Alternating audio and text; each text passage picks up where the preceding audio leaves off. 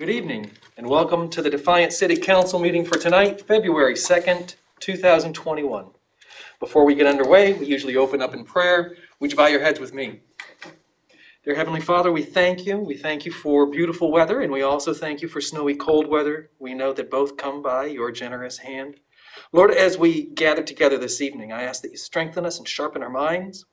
Lord, that we can work with the stewardship of the finances and the decisions for the benefit of the people of Defiance. Lord, please give us wisdom and insight. If we were to rely on our own wisdom, it would be hit or miss at best. And so we rely on your wisdom to guide us and direct us to do what is in the best interests of those who are trusting us. Now please be with us this evening, Lord, in Jesus' name. Amen. Amen.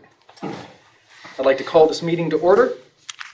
Let the record show that all the members of council are present, and if you would stand with me for the Pledge of Allegiance.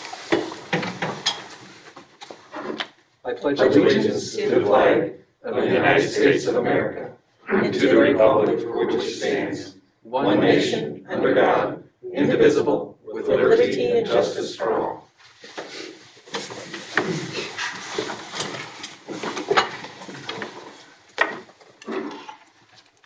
As we get underway this evening, we have a special guest, or special guests.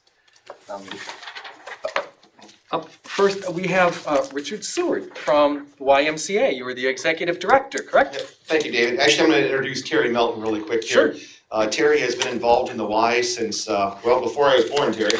He's been a part of every phase of the Y building campaign, has been a longtime supporter, and I just can't speak highly enough of this man, and he has something he wrote, and I just wanted to let him start with what we're going to go with tonight. So.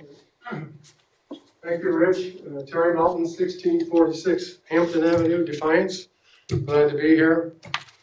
I understand some of the concerns have been raised about the possibility of setting a precedent, but I'd like to just add a different perspective on why I think the YMCA in our community is unique as a not-for-profit organization. Oh, and I am being terribly rude here, but one of the concerns that have been brought up by people who are listening or watching our committee meetings is to hear. So if you could even remove your mask and speak into the microphone, because what you have to say, I want to make sure that people hear. Okay, fine. I wasn't sure what the protocol was, so. You can tell me I'm being rude. I interrupted. No problem. I'm sorry.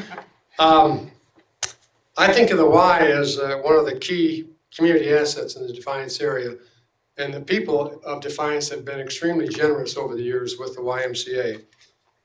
Since the 1980s, there have been 5 capital campaigns to construct the facility on Palmer Drive. Over $7 million, around $7 million has been contributed by many in the community, by businesses, including the very largest of the businesses in the community, smaller businesses as well, charitable organizations such as the Defiance Area Foundation, the Defiance Rotary Club, the Cressel Foundation, contributions by families and contributions by literally hundreds of individuals.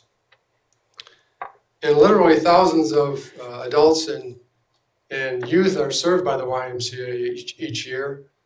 And the Y has entered into many collaborations in the community also with other organizations such as the school systems in the area and the Defiance College, just to name a few. I think our Y is a vital and valued part of the fabric of the Defiance community. I think it's an investment that needs to be protected and valued, and especially when you consider all that has been invested to bring it to where it is today. So I thank you for your consideration tonight. Thank you.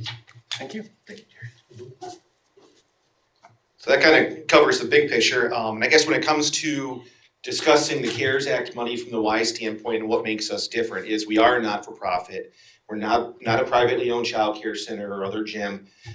We are community-led, community-built through donations and a lot of hard work, the blood, sweat, and tears of the community to make it who we are now. The child care thing through the pandemic, we were one of the only ones in the community that did the pandemic child care license and provided child care through the entire time that even our facility was shut down. But it did change pretty drastically when they changed the ratio from 18-to-1 students to staff to 6-to-1. And so that was not a fundable opportunity. We tried to raise the rates to what it could be, but realized pretty quickly when we looked at the rates that the parents could afford it. So we went out on our own and got some funding through the Defiance Area Foundation and Women's Giving Circle to help subsidize that, but it still was not 100% subsidy to make it affordable for us to run. But we also knew our duty as a community person in childcare that we had to provide that childcare for the people that were necessary to still work. So we did, and we kind of ate it and just kept moving forward thinking we're only gonna be here a little bit and we're gonna come out. But it has been a tough go to get back. Even after we reopened, there was still a push to not put kids in childcare due to the fear of the spread of COVID. Numbers have gone up, but we're nowhere near what we were before. So through the year from 19 to 20, we saw a 43% reduction in income in our childcare program, which is huge. It was one of our largest programs that we had. So it's important that we kind of get back and continue to be able to do what we have to do when it comes to those things. We also faced budget cuts like many other organizations and companies in the community through COVID. So we cut our payroll, we cut utilities and the things we could do, and some operating expense to make it worthwhile for us to be able to try to fight through COVID. We did apply and get the first PPP loan and an SBA loan. We have applied for the second PPP loan. Even with that, things are still tight. So we're still fighting through and doing what we have to do to try to make it necessary for us to be functional and operational in our community. And things are getting better. We are seeing some uptick, but it's gonna be a slow go and it's not gonna be all of a sudden tomorrow things are 100%.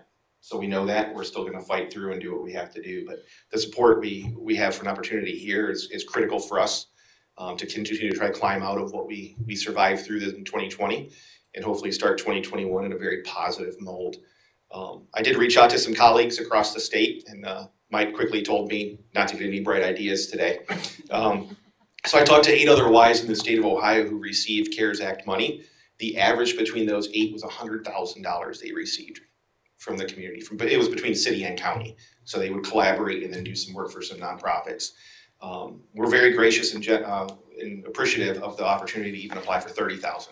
It's a big deal for us to be able to do that. So I guess if you guys have any questions of me while I'm here. Mr. Rusty. The age group of the children in your child care. Yes. What is the age group? 3 to 12. Okay. And then the other part to it is that let's just say over a year's period of time, how much of that is repeat from those people that are coming in? How many residual? I think this over and over and over again. We keep our kids for the most part. I say we're retention rate, we're probably somewhere in the 80 percentile. Okay, so basically they what comes in, you basically they stay for an extended period of time. Yes, usually something, if it changes, Joe, it'll be because of a job change or they're moving. So something tends to happen that makes it not viable for them to want to be there anymore. And the other part to it is that when a program such as this, which is a vital part of the YMCA, is no longer available to the people, what's their reaction? What do they basically look at? That is it?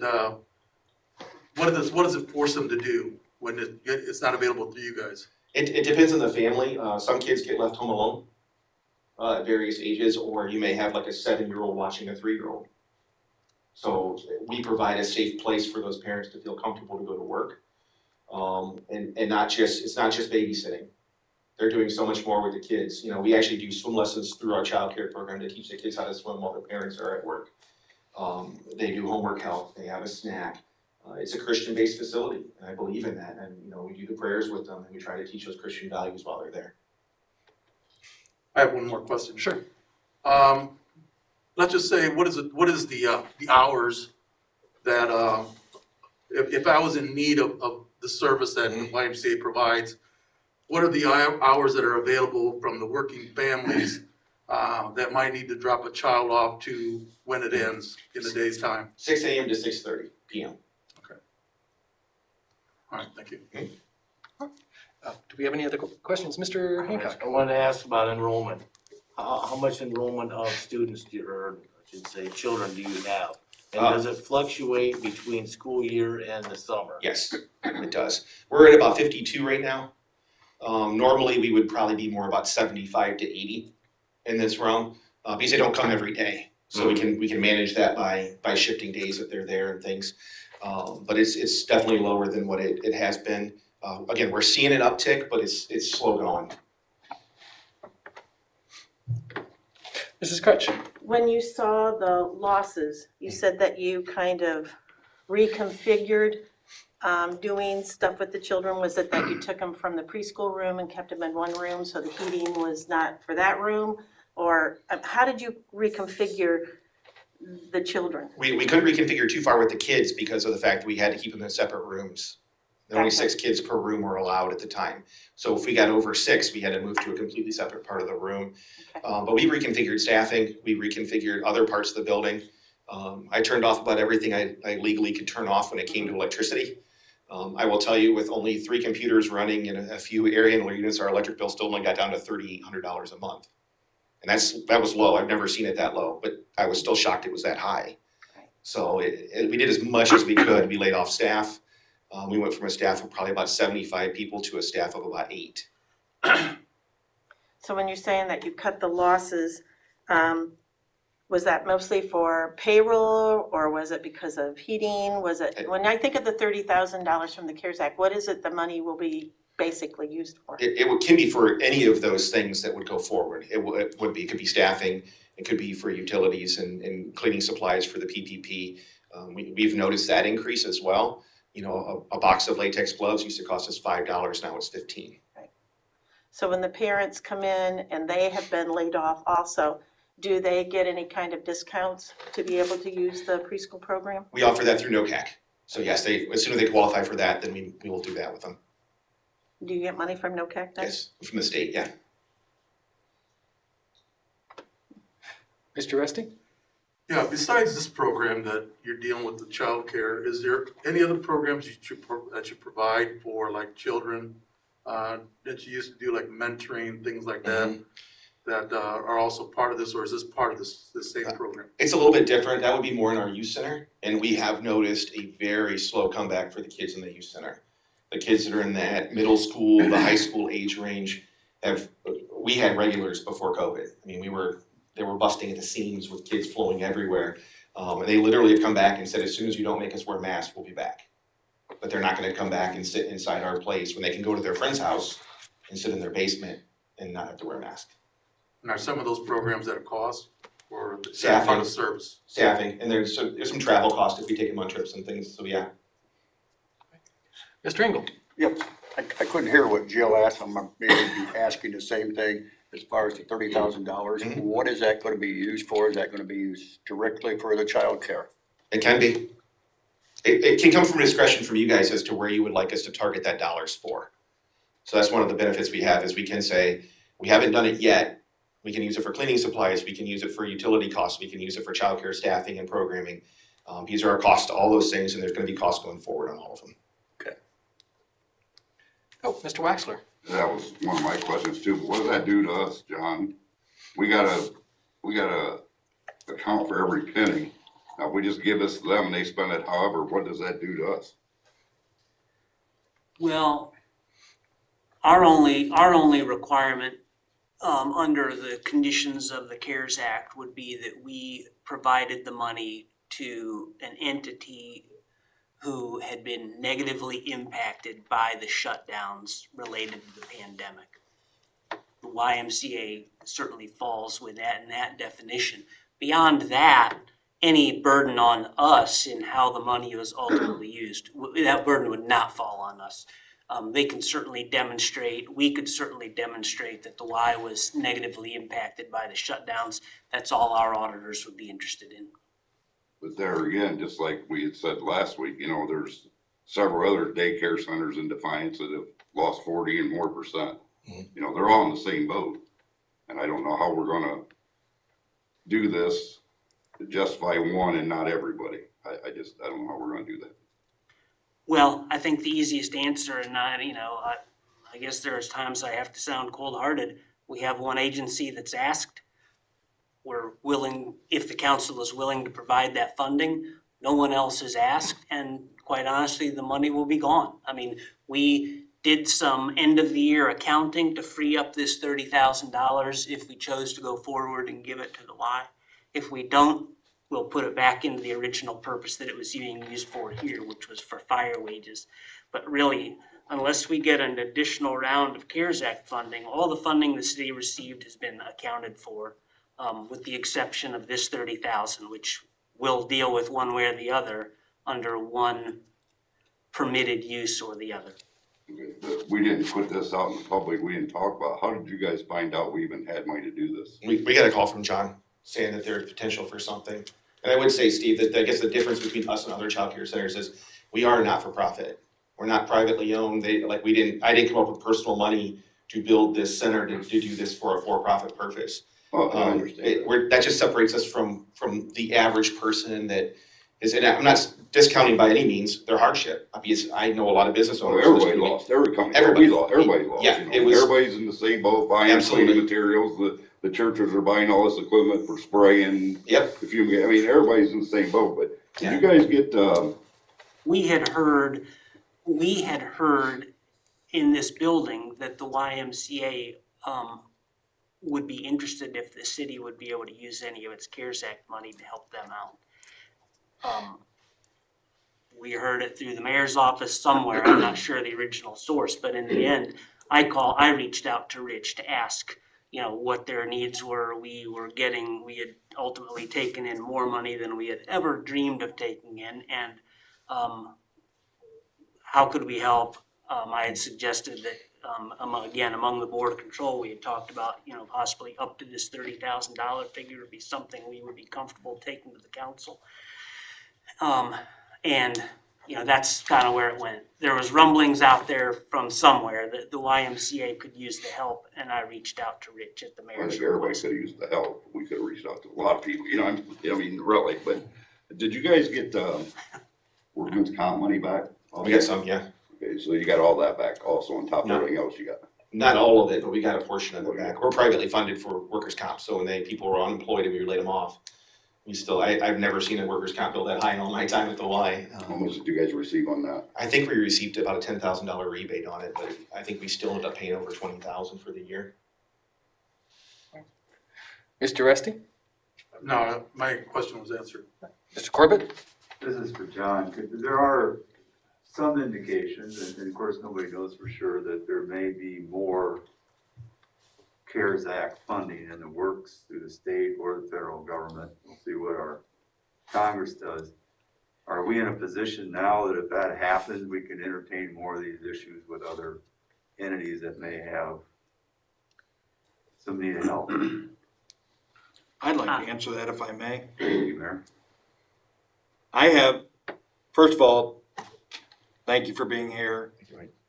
Terry, thank you for being here. I've known Terry most of my adult life. He was my accountant for quite a few years. And he said exactly what I was going to say had he not said it, which was the Y is different than everything else that we're talking about. I didn't realize there were 7 capital campaigns. Five, excuse me. I didn't realize that were that many capital campaigns, but this community built that Y. And I don't know what other entity in the city of Defiance that is not for profit like the Y that we could say that about. You could say, well, Mayor, churches, those are built by the members of that church. This Y was built by the entire community and people surrounding this community, as Terry said. Everything else that you talk about, Mr. Waxler, and actually the commissioners did this. The Defiance County Commissioners, I think at one point, offered a grant program to businesses that were impacted by COVID negatively. And I believe that grant was given to around 20 businesses, $5,000 apiece. I don't remember the details. I'm not a county commissioner. I remember reading it, but it wasn't one of those things I committed to memory. But the other thing, so as far as accepting applications in the future from other entities, daycare and other, I don't have any desire to get involved in it. This was a special situation where months ago in the fall, a board member or former board member said something to me, if we would ever be in a position to help the Y, would we help? At that time, I said, man, I'm thinking no, but I filed it away, mentioned it to John, and then it was forgotten. Well, then as more money kept coming in, I said to John at some point, should we revisit that Y issue? And we did. One other thing that hasn't been talked about in great detail that I'll mention is, as a side note, it's been a long time since the city of Defiance had a Parks and Recreation Department. We don't have the recreation piece. We have a Parks Department. We have the Splash Park. We have the pool. That's Kingsbury Pool is probably the closest thing we have to recreation. But we leave recreation in this community to other groups. The DBA, for example. But we fund the DBA. Every year, we give them a stipend. Girls softball, we give them a stipend. Blue Dolphins, we give them a stipend. The soccer folks, we give them a stipend. And there's one more. Little League football. Little League football, we give them a stipend as well. And the Y offers all sorts, I mean, I don't think any of us are too interested in listening to all that you offer, but you're involved with soccer, you're involved with flag football, you're involved with basketball, you're involved with all of those things. And that's a recreation function in our community, is it not? Yeah, absolutely. Something that if you weren't doing, who would? We don't want to do it here. We wouldn't be very good at it, and it would cost 10 times what it cost you to function. So I look at the Y, as Terry said, as a real, I've always referred to the Y as a gem. When I talk about the gems in our community, the Y is one of those gems. And the situation is unique, like no other in this city or county that I know of. If you can think something, I'd like to hear it, because I've thought long and hard. I didn't want to make a statement that the Y is unique and then have everybody rattle off 5 or 10 things that are just like the Y, because I just can't think what they are. I just can't.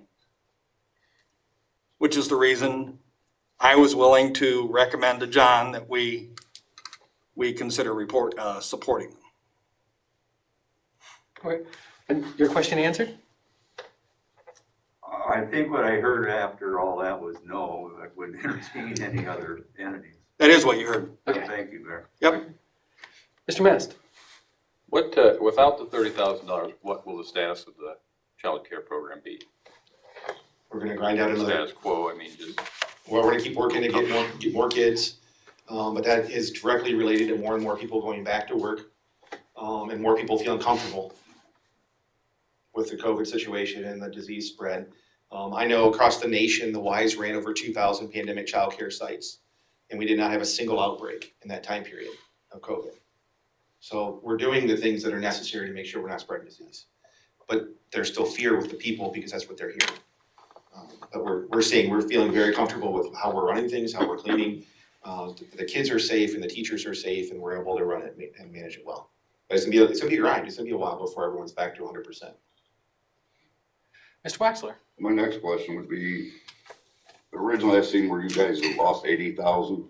From the childcare, yeah. You're asking for 30, Mhm. but you're still running the childcare and you're still losing money. So what are you gonna do? That was a loss of income. So like in 2019, we made almost 200,000. And then in 2020, we made like 120,000, just under 120,000, 115, I think it was what it was, for the year. So it wasn't like we're not necessarily losing in the red every month from it. It's that our income has decreased so rapidly.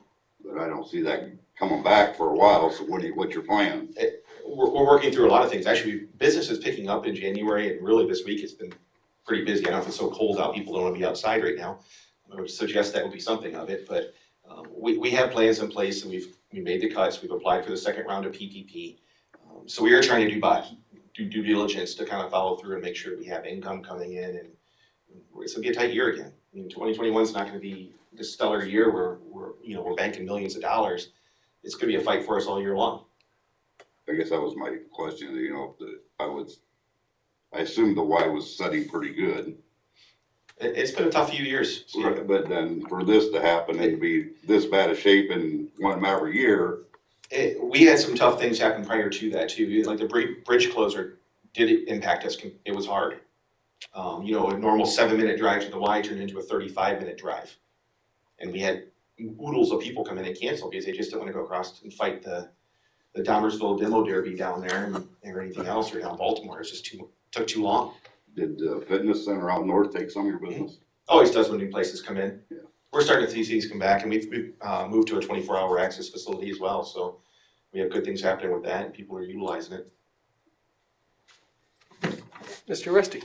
As things develop, like most organizations, you guys have your monthly meetings that you discuss multitude of different projections and expenditures and so on and so forth that are vital to you, like the YMCA. Is this a top topic for you guys in your discussion of what services you guys can provide based on what money's coming in? Yeah, we constantly are talking to look over the financial aspect of where we are, and are we running programs that don't meet our mission, but we still need to run them. So we have that. I mean, I would think consider childcare for us would be a high mission program, even if it's losing some money on occasion, because the impact we're having on the kids and the necessity in the community for these parents to feel safe and comfortable with where their kids are at. And you guys have a vision that you guys run by and believe in.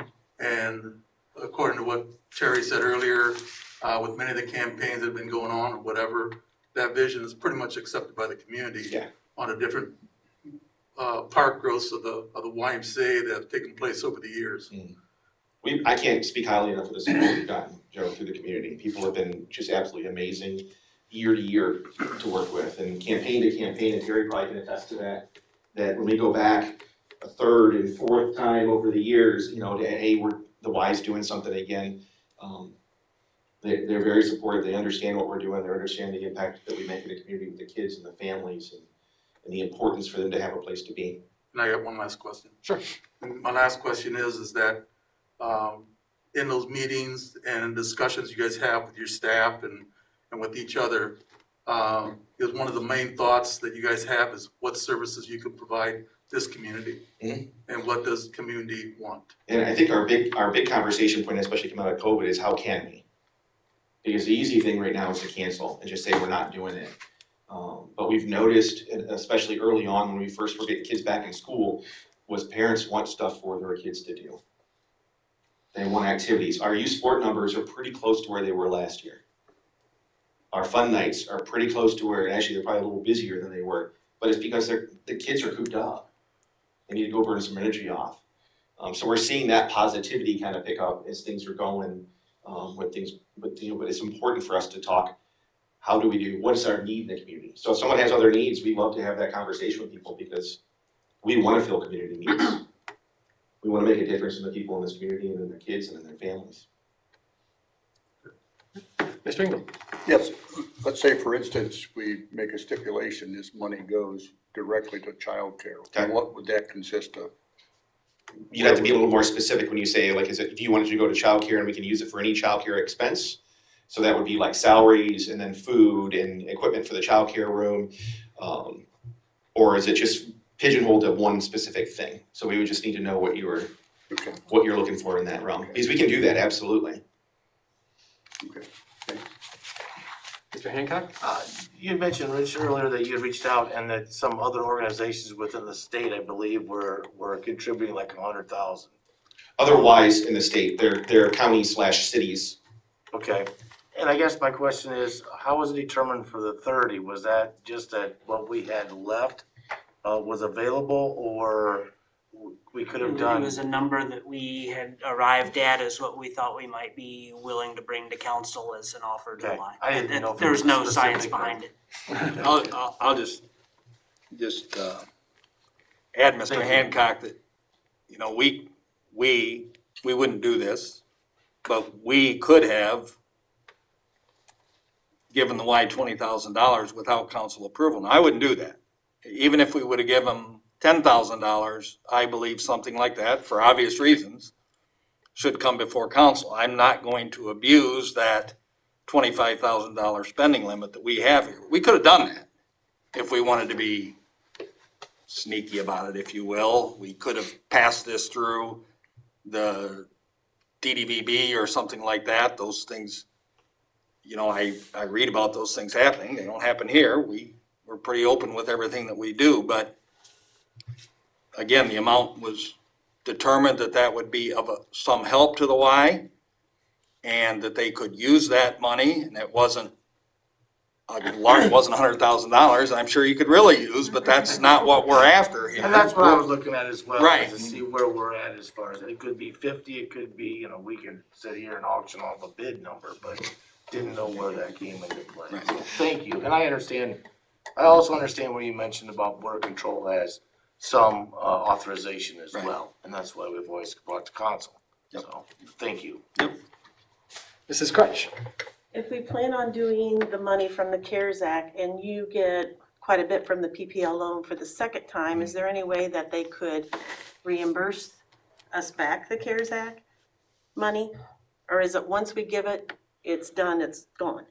You know, for our own accounting purposes, I do not think we'd want that money back. Okay, That would that's just what I complicate wondered. things a lot. And I want to thank you for coming and sharing and opening my eyes a little bit more. I appreciate it.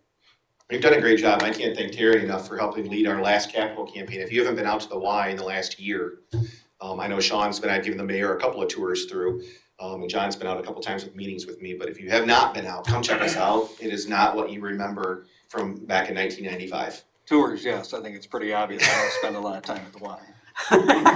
Maybe for some grandkid basketball pretty soon here. Yeah, Maybe we'll have that that's happen. what I see So, it thank for. you, Jill. And Mr. Rusty? Yeah, this is for Joe, John. we should have just gotten coffee. Sorry. This is for John. The $30,000 that you guys earmarked towards this organization, our budget, our carryover is basically what? On an average?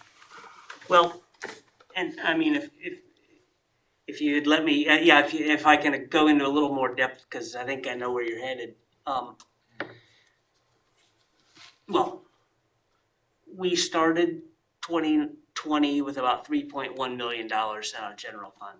We closed 2020, the year of the pandemic. Income tax is down 3.5%, over 4 million. So we grew our general fund balance significantly. Back in March and April, when we were talking about how the April 15th income tax date got bumped, we didn't know where we were gonna stand. The governor was ordering state agencies to cut their budgets by 20%. We had figured that our income taxes might be down 10%. That was gonna be $1 million.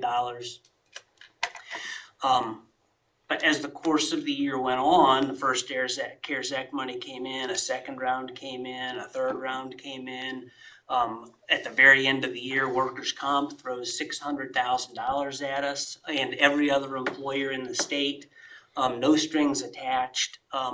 It just became obvious that, and again, I don't mean to be flip, but money was falling out of the sky, Joe. And if you're asking me as the finance director, can we afford a $30,000 expense when we took in $1.8 million of completely unanticipated revenues? The answer is yes. And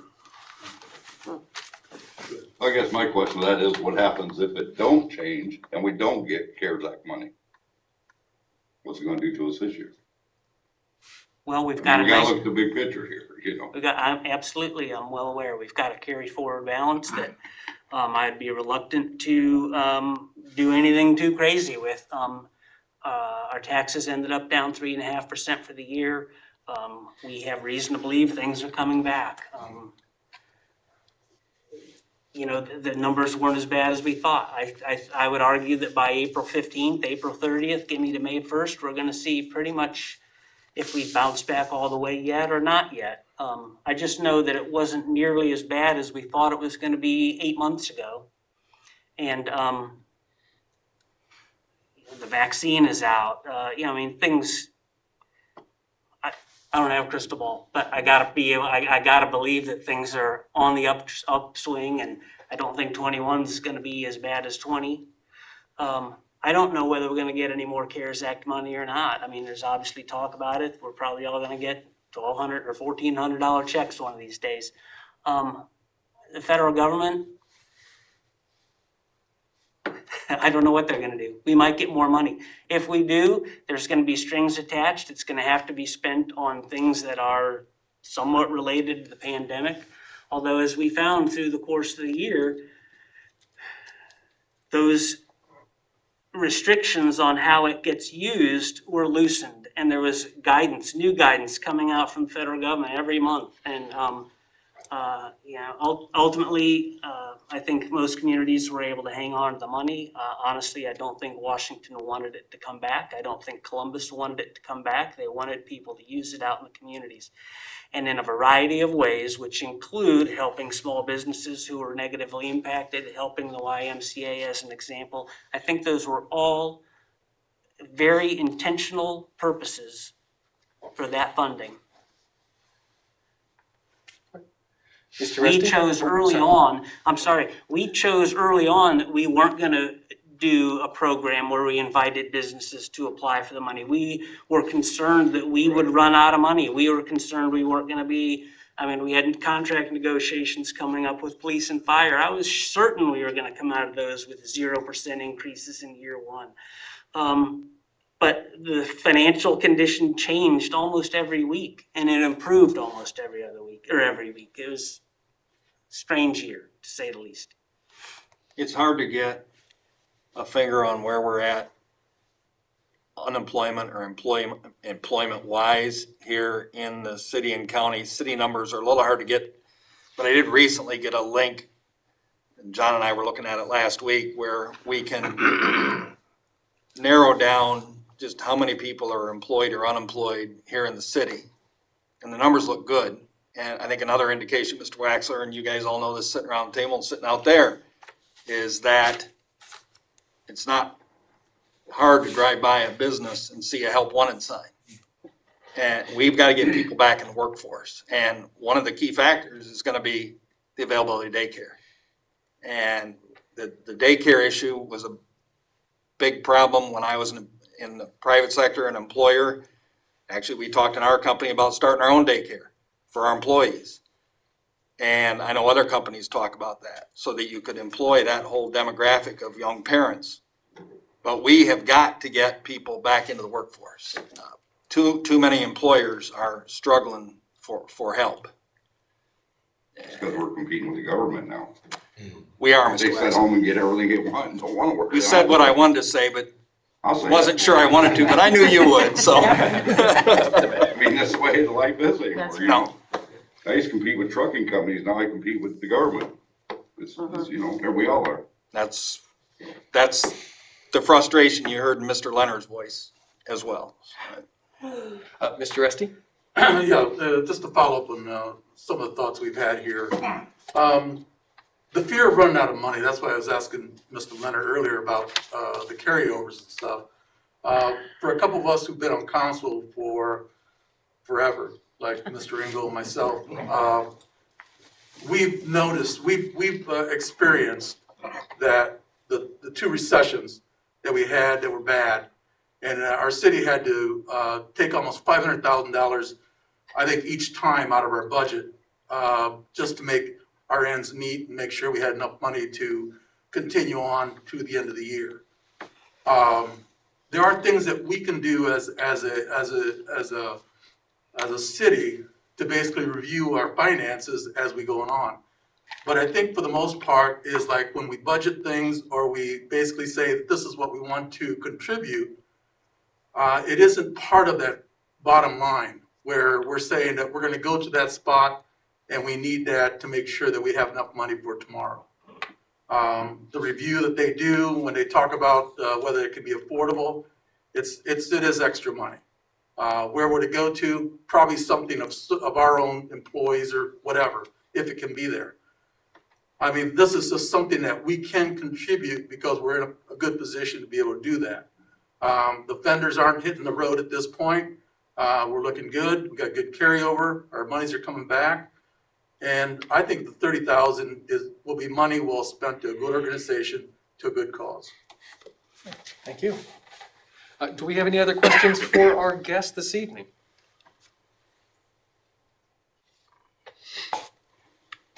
If not, thank you for being our guest Thank this you. evening. Appreciate it. Thank you guys for your time tonight.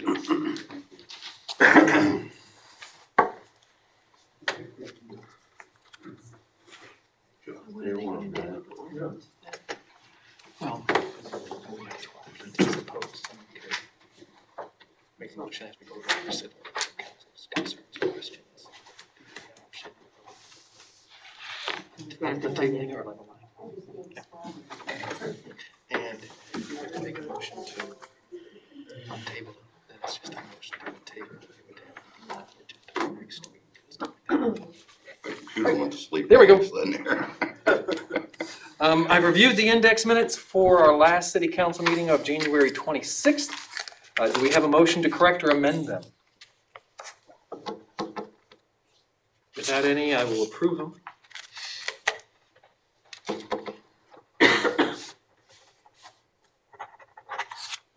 Thank you.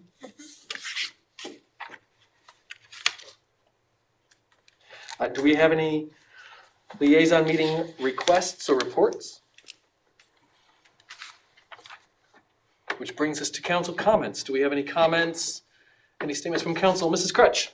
Yes, I received an email from the Defiance County Historical Society. Sorry, things keep popping up here.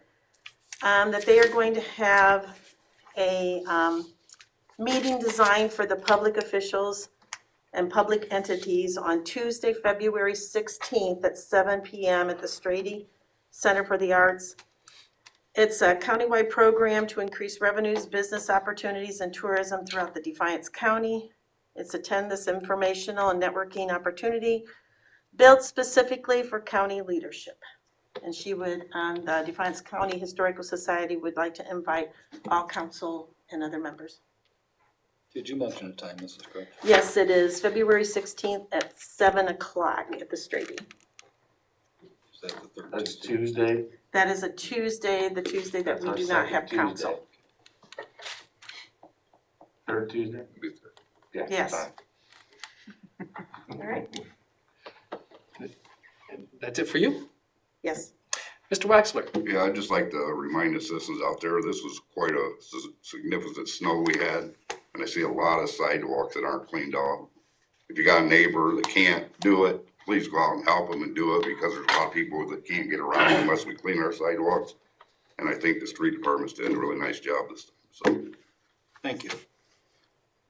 If I can just expand on that, because that is part of my notes. Okay. So I was gonna say what you said about residential sidewalks and helping our buddies out, but I too thought our street crews did a marvelous job Sunday, Monday, then last night, the snow blower, the track machine that we normally like to use, the snow in the piles was just too wet, so it plugged up, but they used the loader and got it done, probably not quite as quickly as we normally would, but nonetheless, it's done. There's a couple other things that I think bear mentioning, because too often in here, we only say the bad things. We put out, we're trying hard to get the word out to everybody. We're using social media. Of course, we're using Nixle. Kirsty down at the DDBB's got her email blast that she sends out. We didn't have to tow one car last night.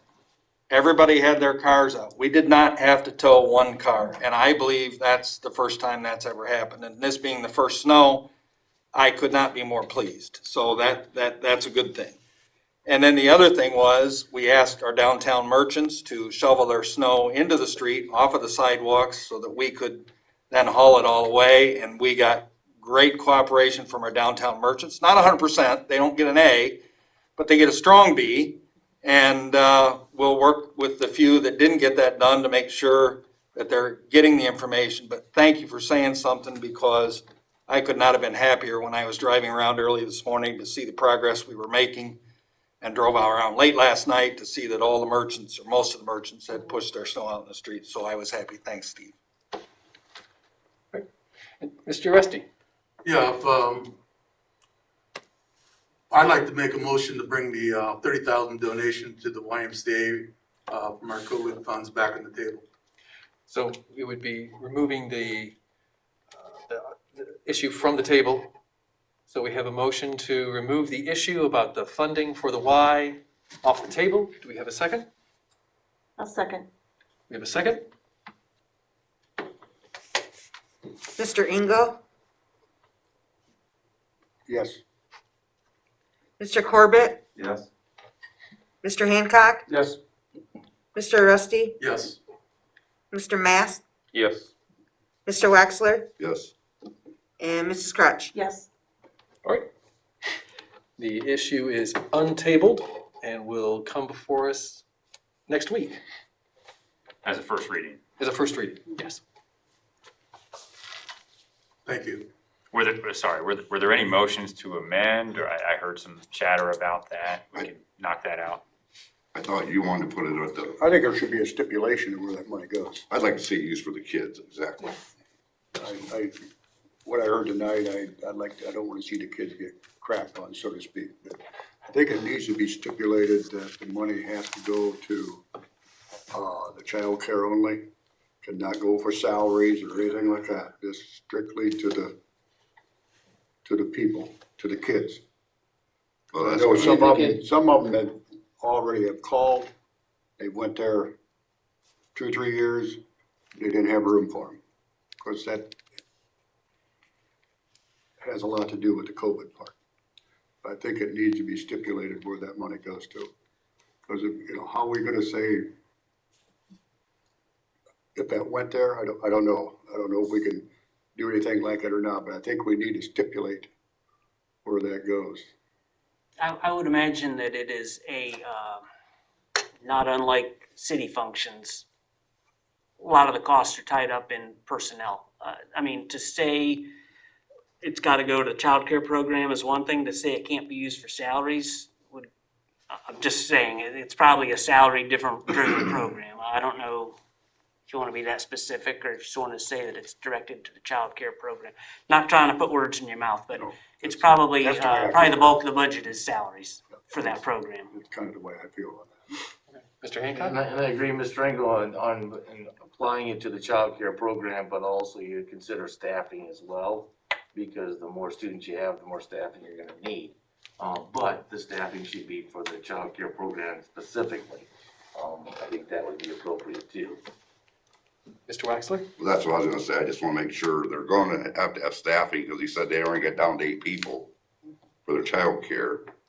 But it's gonna have to go to the staffing also, but I wanna make sure that it's to the staffing of the childcare. Mr. Rusty? Yeah, to follow up on what Mr. Engel was requesting, I think it'd be good, as Rich was here today, to basically give us an overview about the need. That'd be great, that if they're, once they get reestablished, that he comes back and gives us a monthly report on, how the money's being spent. That's a good idea. That would let our taxpayers also know what we did with it. That's correct. Mr. Corbett? Well, I'll just echo what everybody said, because I understand what you said, Mr. Engel, but if you have parents and kids wanting to come in, this problem, they can't right now because you have to keep your ratio lower, so it takes more staffing. So that's a lot of the money right there, just to pay the people to get in there so they can bring more kids in. Mrs. Crutch? Echo that also, I think the staffing, but he even brought up the snacks and the rooms and the heating. So I think if we say the child care program, it's not gonna be just the staffing and snacks, but possibly heating separate rooms if it's ratio 1-6. They might have to separate rooms and, their heating might be a little bit different. So I think that we kind of have to look at the whole program of the child care. Just the childcare is all we're saying. Correct, Yeah. yes, just the child care. Okay. And so what we've had is we've had a motion to untable the issue and to bring it back next week for a first reading and discussion. And then next week, when it comes back for discussion, we'll have time to consider exactly if we want a motion to amend or to, how exactly. We could Yeah, we we do could that add the now. stipulation that the money should go towards the child care program, and that we even invite the Y to come back, one time to give us an update on how the money was used at a future date. That could all be written into the ordinance before Sean brings it for first reading. Yeah, that's why I asked. I didn't want to get there next week and then have a motion to amend and go another week Right. Right. or 2 weeks, because it's the third Tuesday, so. That's why Good point. we did it like that. Steve, what did you say? I couldn't understand what you said with the mask on. Supposed to wear to keep each other safe, and I just agreed with a lot of these comments that we can't limit it just to children. We have to give it to the whole child care program, and if they're smart people, they'll put it where it needs to go. I don't have a problem with that. So, I guess having said that, I'll put the motion out there that we put that ordinance together with the amendment that it's designated for childcare at the Y. Okay, so we have a motion to, I'll stop, because then we'd like to also put in there they come back at a later date with an update on where the Amend- spent the funds. specifying that the finances would be directed towards the child care program at the Y with the stipulation that there would be a follow-up as far as reporting how the funds were spent? Yeah. Okay, I just want to make sure I'm hearing you. I'll talk louder. So we have that motion. I'll second. Second, Mr. Uresti? Mrs. Crutch? Yes.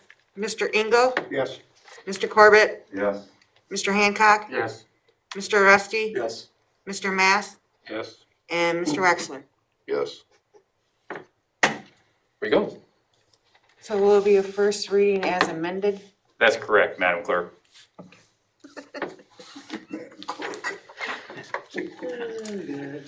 Thank you, Mr. Uresti. Did you have anything else? Mr. Hancock? And I wanted to shadow our conversation previously with Mr. Waxler and the snow removal as well. Just to remind everybody about the fire hydrants, that they need to be cleared. Also, we've had some recent fires, devastating fires, and be sure to keep them clear also. Good point. Mr. Corbett? Keep talking and bringing things up, but I want to take the time to just say thank you to all our first responders that went out to those two fires and the hard work they did. We appreciate their effort and all the support they got from other communities. I believe that's it. Mr. Mass, anything? No. Okay. All right, and all the points that I was going to make have been made by better voices than mine already, so I have nothing on my desk left. Mayor McCann? President McMaster and the council, I'd like to say I'll be brief, but that's not gonna happen. Few things, let's go to the book first, get everybody primed. This is from Alexa and Mrs. Crutch. Alexa says, I want to be a teacher so I can help kids learn. I will tell kids where to go and be in school all the time. I will use a smart board so I can teach kids how to learn. And she drew a picture with a chalkboard and a smart board. And she has 4 math problems, and I think I could get them all right because the multiplier is 10. So I think I'd be in good shape there. So that's all in good shape. I have a proclamation that I would like to read. I read proclamations and present proclamations frequently. But the scenario we're in right now, this one was not able to be done maybe the way we'd like to have done it, but it's pretty much self-explanatory and appropriate when you look at everything that we've discussed so far this evening.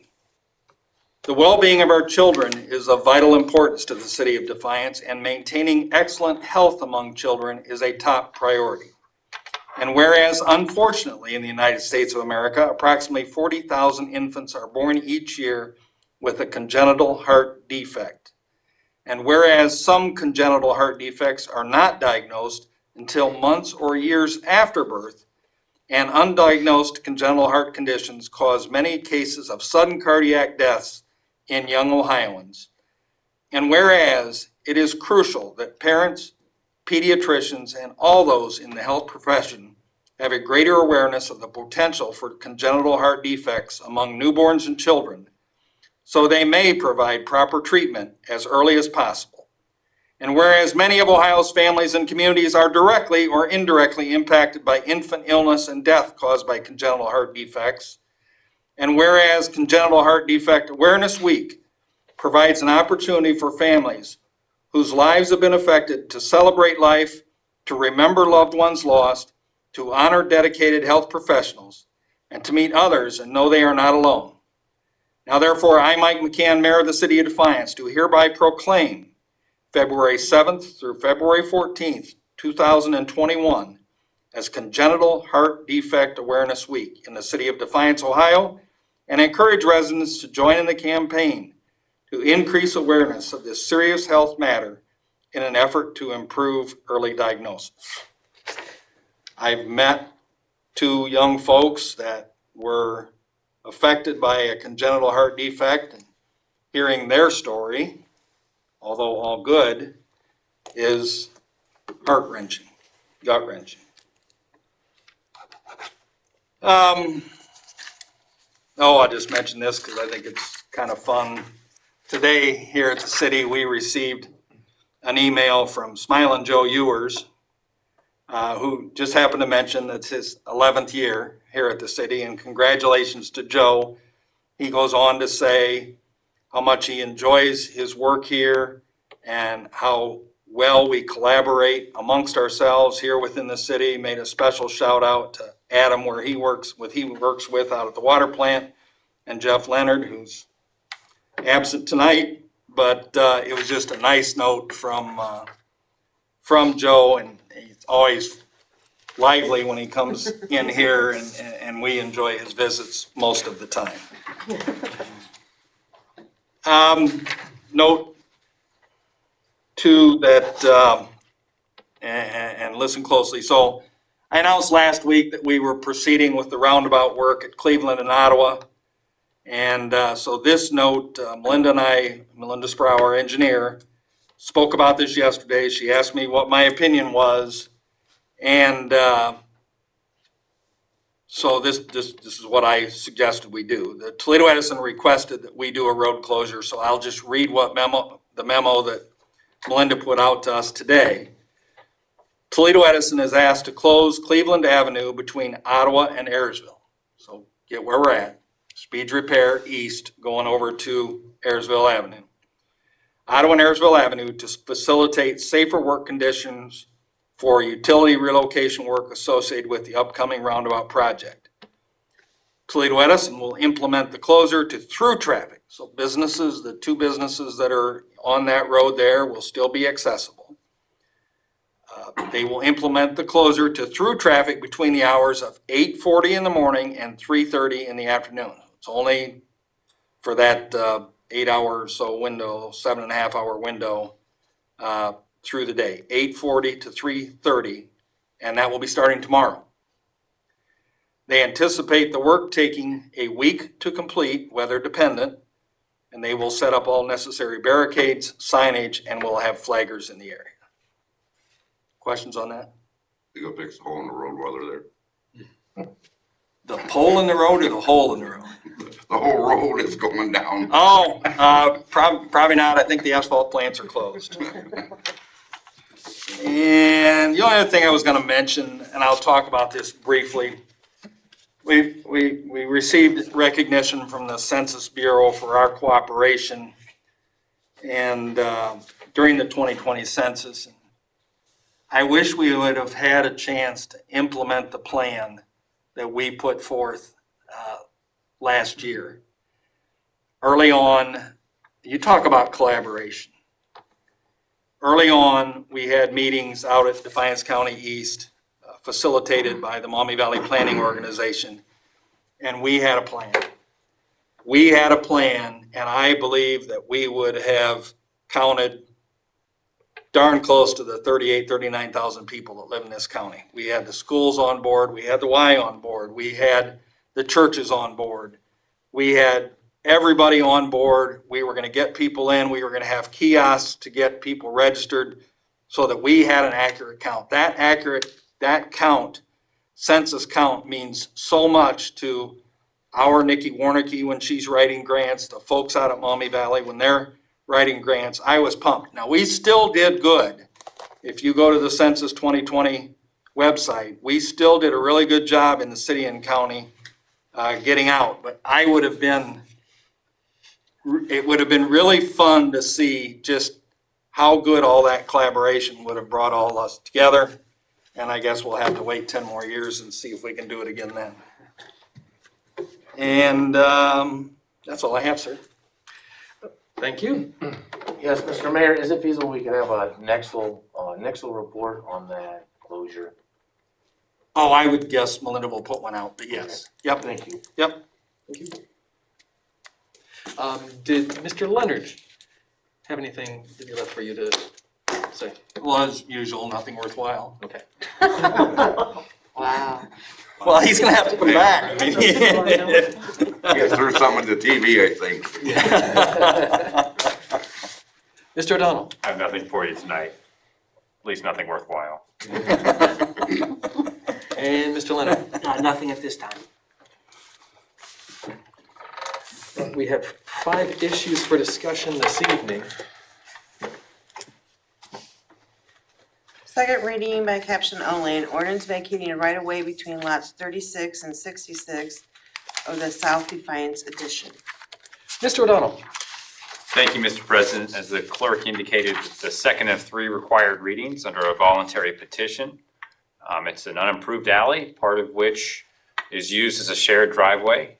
And I can assure you that the 2 adjoining property owners have submitted a copy of the shared driveway agreement to the city. So my recommendation for one more week would be a motion to let consideration of this matter lay for a 3rd reading at our next meeting. And again, as a reminder, if you might have a personal interest, you are advised to abstain. And I would like to abstain from this vote, please. Mrs. Kretsch will be abstaining from this vote. So do we have any questions? Do we have any wishes? No question, just motion to let lie. We have a motion to let lie, Mr. Engel. Second. Second, Mr. Hancock. All in favor of letting this issue lie for another week, say aye. Aye. All those opposed? Okay, we'll let this one lie. Ms. Cratch abstains.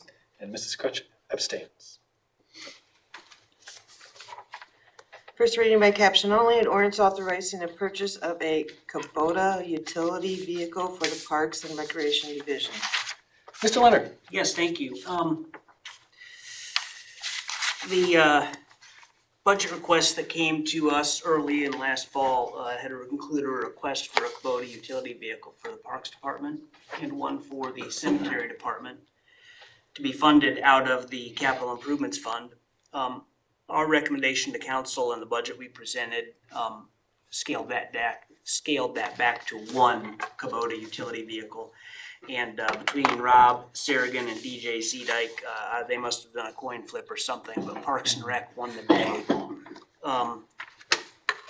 Actually, the cemetery has a vehicle similar to this, and the streets department also has a vehicle similar to this, albeit older, and I think of a different brand. But Parks Department does not, and they have been borrowing from the other 2 divisions over the course of the years. They can get a lot of use out of a vehicle like this. Number one, snow plowing sidewalks, seems like we have a new stretch of sidewalk for them to be responsible for every winter. A little over 4 miles. 4 miles of sidewalk that we plow, spraying Roundup on ball diamonds,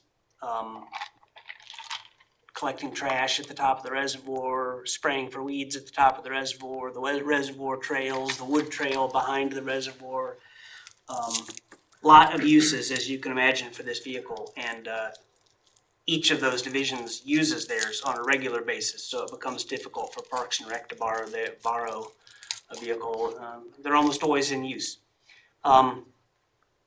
This ordinance requests $39,571 for the purchase of the vehicle.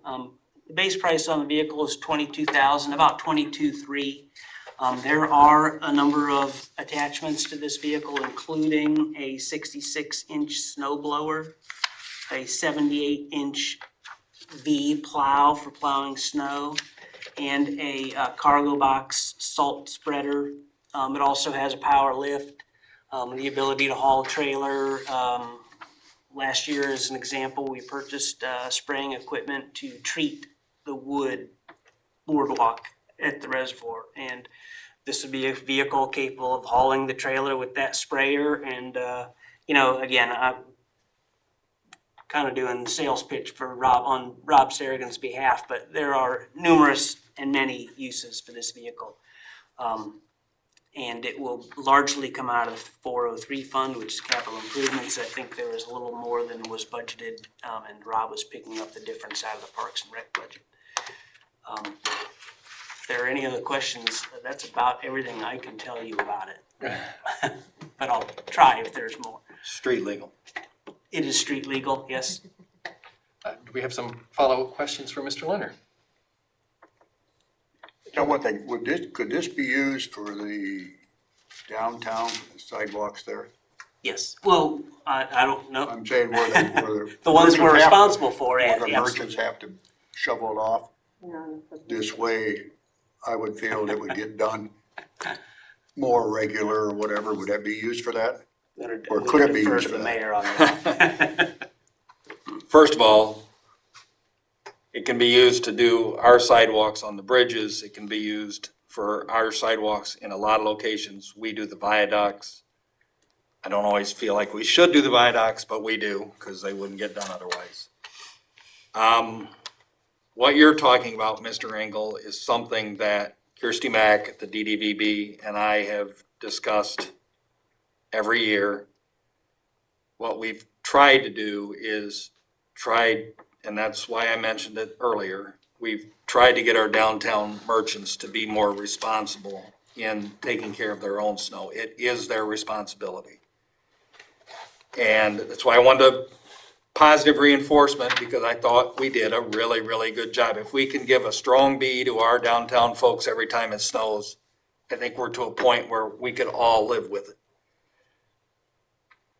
That said, we have had some discussions and given some thought into either contracting with a private contractor to do that service and then bill people by their frontage. And, or do it ourselves. My preference, I'm sure Sean's preference and John's preference and Jeff's preference here is that it be handled privately. But if it can't be done, then we could go another route. Let's see, maybe we're getting through to our merchants. I was pumped last night when I drove downtown to make sure we were ready for the 11 o'clock curfew. And again, pumped early this morning when I went back downtown and saw the progress that we'd made. And of course, Mother Nature helped today with all the sun. I mean, the reason I ask, because I know, this town is half the size as Defiance or less or more. Half the size of Archibald's, I think is where you're going. Yeah, Archibald, Yeah. Archibald does that, Yes, that I do know, but it's a lot smaller. They go back about 2 blocks and down through town and out where the cemetery is, they do that. That's the reason I was asking. in my opinion, 4 miles is enough. And as far as walking trails and things that Mr. Leonard alluded to, I would think 5 years from now, that number could be doubled Okay. of sidewalks that we're gonna have to maintain because of plans to create more, making our community more walkable. Did you have something, Mr. Waxler? Mr. Waxler? The only thing about putting it out the private sector is at least if we did it and then just charge the merchants or whatever, we'd have control what's on the sidewalks weight wise. We gotta be careful of that stamped concrete stuff, what you're putting out there. Yep. Yep. You start busting up sidewalks and it isn't worth the. I debate in my own mind whether that is, when we do that as a city and we bill it back, is that an assessment or is that a tax? If it's a tax, it probably should be voted on.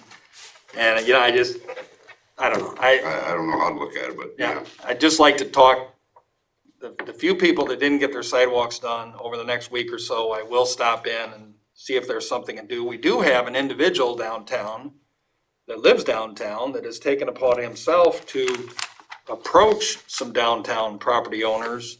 And so he's doing that work for them. I only heard of one person that's having their walks done, and the price that I was quoted, that they quoted to me that they were paying seemed reasonable. A whole lot better than the $2 I used to get for a driveway when I was a little kid. Okay, thanks. Mr. Leonard? I wanted to make a point to mention one other thing.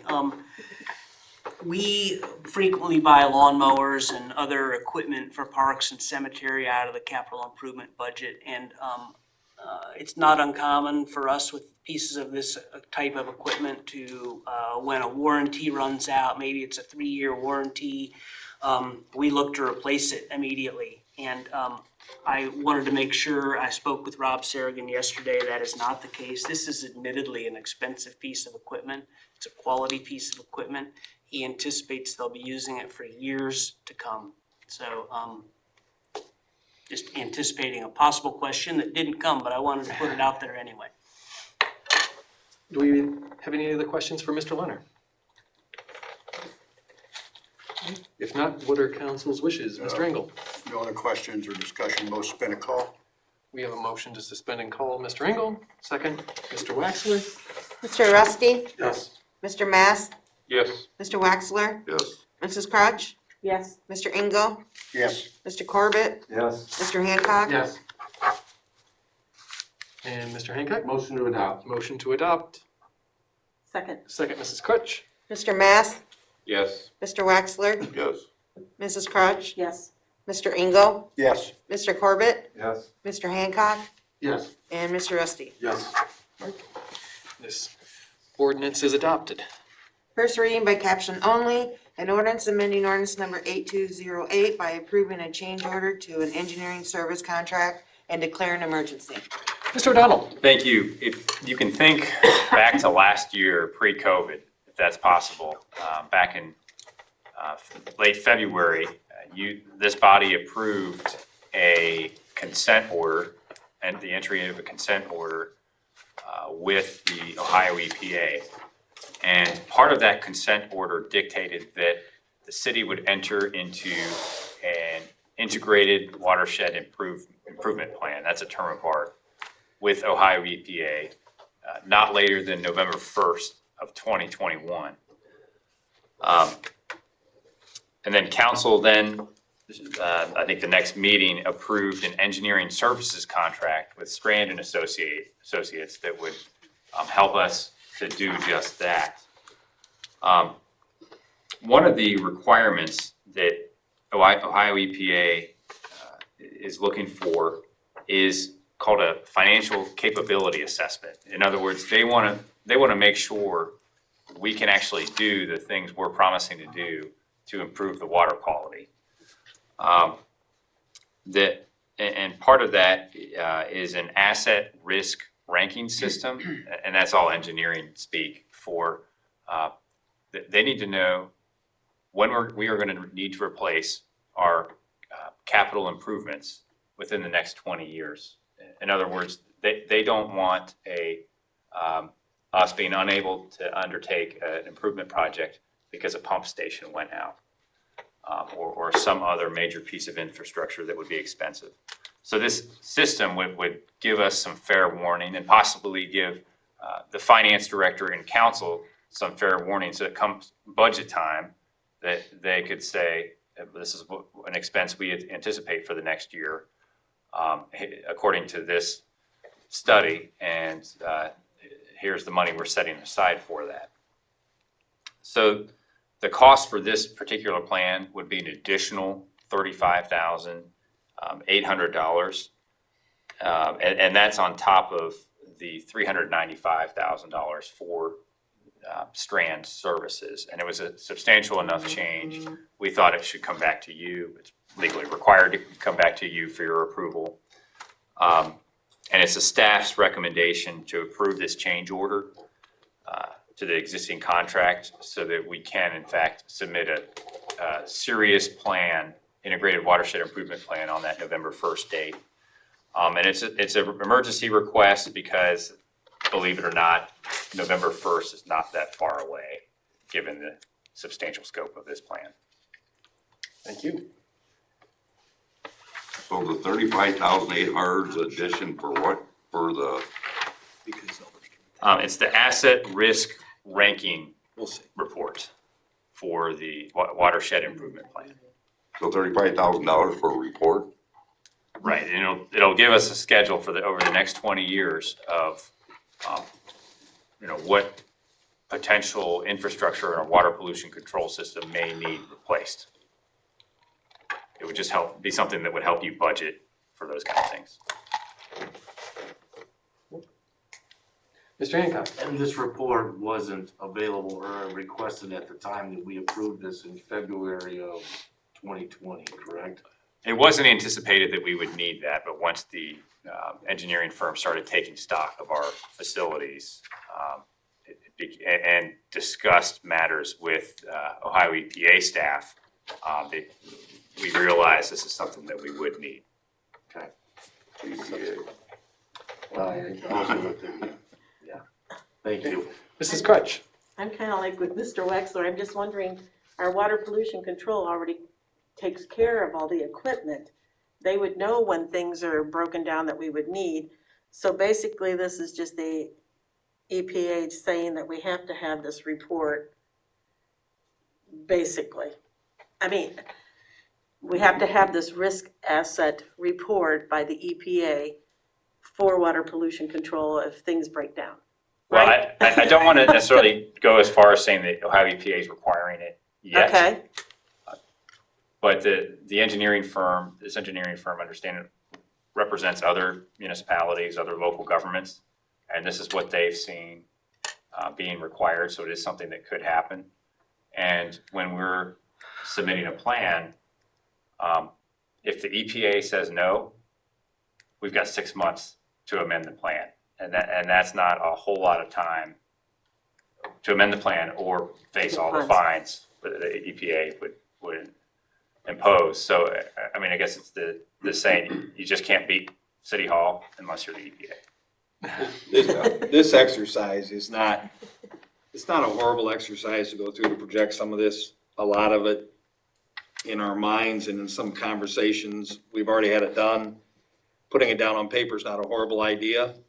But if you look back 20 years, which Mr. Uresti can do and Mr. Engel can do very easily, and we can do as we were private citizens back then.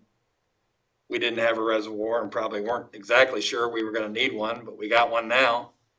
We didn't have GAC and may not even known what GAC was, but we're getting it now. We didn't have UV out at the wastewater and certainly weren't projecting that, but we've got it now. You know, and you add the cost of those 2 or 3 things up, well over $20 million. And that wasn't known 25 years ago. We don't know what the next 25 years could bring, but we can take a closer look at our lift stations that we have plenty of, although they've been many of them have been upgraded. We can look at our plumbing. We can look at all of those things. All in all, some of our infrastructure's aging, no doubt, but we aren't in horrible shape. So 2 things. This, to Joel's direct question, this type of information is currently required of water systems in the state of Ohio. And it's just a matter of time, and I think we're trying to anticipate that it'll be required of wastewater systems going forward. We operate pretty much, to be honest, we operate pretty much on a pay-as-you-go. When something breaks, we replace it. right. We try and make things last beyond their normal or their scheduled useful life.